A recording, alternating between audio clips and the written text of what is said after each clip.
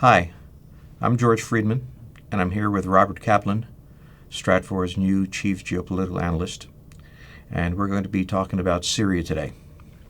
Bob, simple question. How come Assad hasn't fallen yet?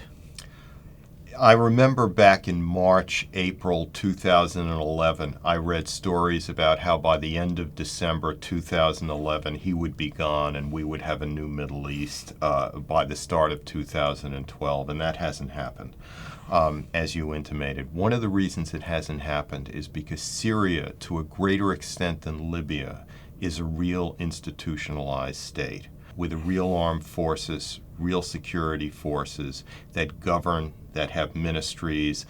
Libya was an artificial contraption in the sense that it wasn't institutionalized at all. And it took 7 months to bring right, that down. And even with NATO. That was 7 months.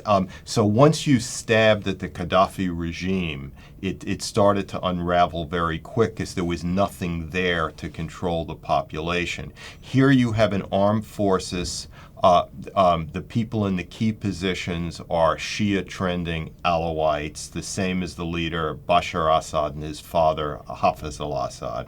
And they have all the self-interest required to keep the army together, to keep it focused, and to fight these insurgents, freedom fighters, whatever you want to call them, because of their fear that what's lurking behind is Sunni fundamentalism and others. Remember that it was the French in the 1920s and 30s who brought the Alawites into the then colonial armed forces, and which they rose gradually. And Hafez al-Assad, Bashar Assad's father, was a really substantial man. He came into power after 21 years, 24 changes in government, and became the Leonid Brezhnev of the Middle East. Kept power for decades, totally stable. Didn't in any way liberalize the country, but it was all about control. And he was pretty brutal. Right, When he had an uprising at home, he absolutely committed mass murder. But on murder. a day-to-day basis, he built various intelligence organizations that canceled each other out, spied on each other. That was a far more sophisticated apparatus than anything that Gaddafi put together. So they've got wherewithal to withstand this, impressively for a year. Whether for the future, we don't know. I think one of the things that people forget is there are very few tyrannies that are totally hated by everyone. There are many tyrannies that a lot of people hate, but even they have some support. And there's a kind of simplistic model out there of Assad completely isolated, except for the army. Well, if you have the army, that's quite a bit, but you don't have the army unless there's some really substantial social control, social support somewhere in the system.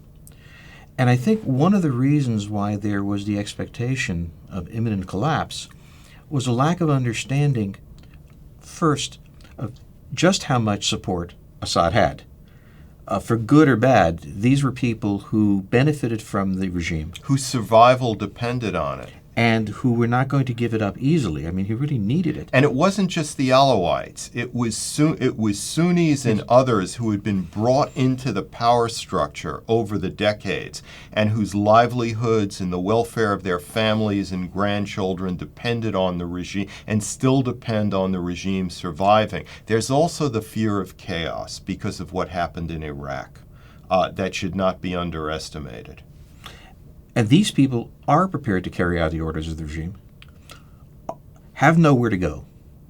And they're facing an opposition, which is real, appears to be substantial, but is not well organized, is not well armed. You really come down to a situation where if the army and the intelligence and security apparatus remains supportive of the government and has beneath it at least some social support, it's very hard for an indigenous force to overthrow it. you have to have outside forces. Especially an indigenous force that doesn't hold substantial territory. Remember, with Libya, you had the east, the Benghazi, Cyrenaica, essentially rebelled against Tripolitania, so that there was a base for NATO forces to operate out of. That doesn't exist in Syria. And so what has to happen here is someone from the outside has to come in, organize the opposition, arm the opposition, train the opposition. That takes time. It can be done. There are many reports of special forces already being in there. How true they are, you can't tell, but it would be logical that it be there. But there's also the idea that intervention, right, some vague intervention. There's also an inside possibility. Remember, all politics is also Shakespeare, not just political science.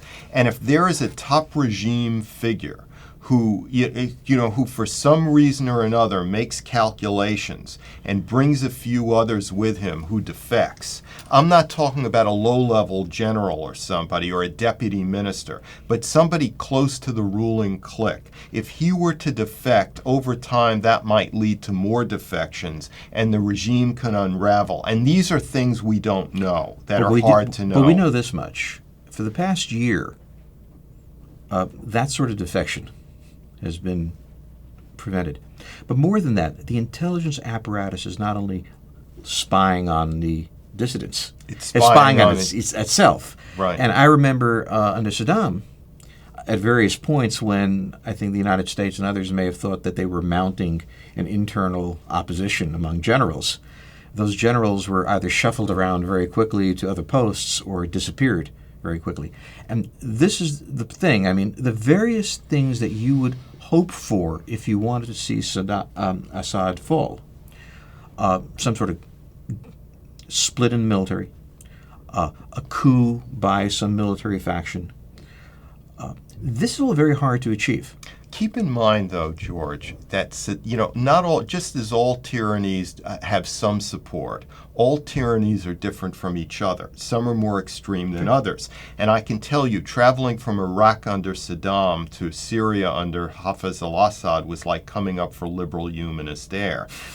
The Assad regime was always less oppressive than the one in Iraq, and its ability to oppress today may be lesser still. So it's not like taking down Saddam from the inside. It's easier than that. He also has international support, simply in the sense that he has a lot of friends in Lebanon.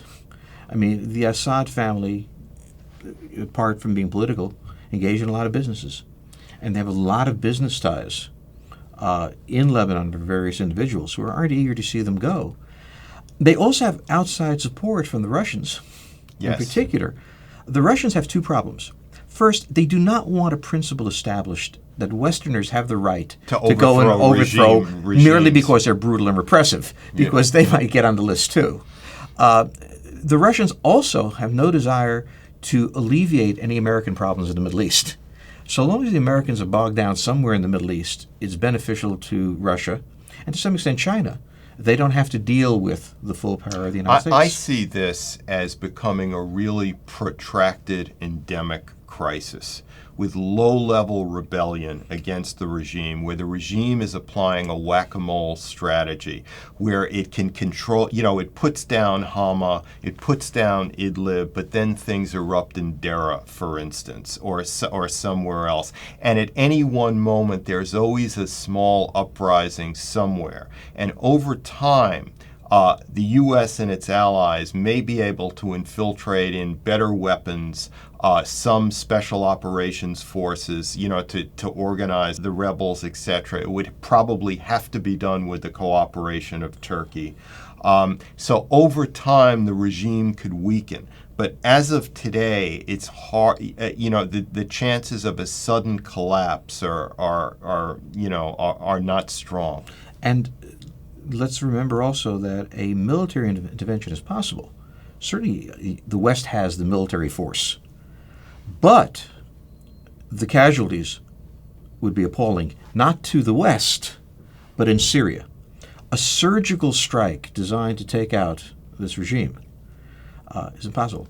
My guess might be that if there were some way to get Assad to step down and the regime would survive, there might be some sort of situation. That's very worked out. hard to do. And the reason is we've established a precedent, which is the deals you make with dictators, the promises you give them, we never keep our promises. So even if they go into exile a year later, 6 months later, they're extradited, or there's an attempt to extradite them. And Assad knows that. Yes, and that right. This is the interesting problem with the International Court of Justice, and which is that it's made it harder to get dictators to step down because they have nothing to lose by keeping fighting, because the principle is that no matter what deal's done, we're not going to accept the idea that this monster is simply going to go free. And so the monster stays there. This wasn't the case in previous decades. For instance, Mengistu Haile Mariam in Ethiopia, who killed hundreds of thousands, has been living out his life in southern Africa.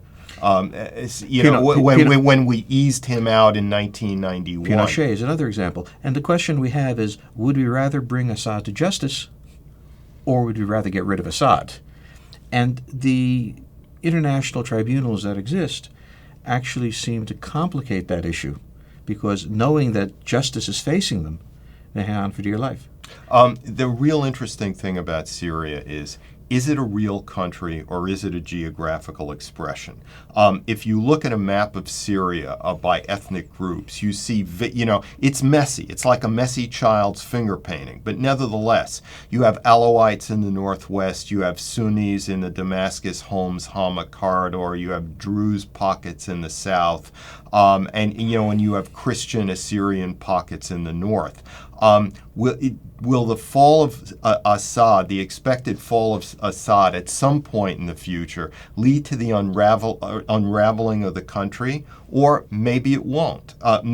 Because I don't see the splits in Syria as extreme as the bipolar Sunni-Shia split in Iraq. It is incredibly complex, and oddly enough, the complexity is one of the things that holds it together. Yes. That it doesn't come apart. Robert, thank you. My pleasure. And welcome to Stratfor. Thank you.